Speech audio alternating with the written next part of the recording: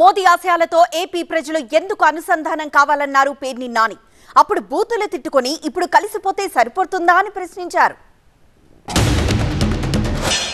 మన జీవితాలు బాగుపడాలి, పేదరికం లేని దేశం మోదీ గారి కళ, ఆయన సంకల్పం.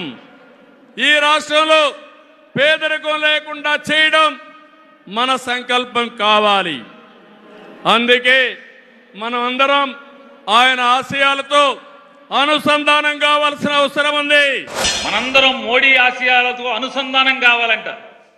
చంద్రబాబు నాయుడు గారు చెప్తారు, మనందరం మోడీ ఎందుకు కావాలి.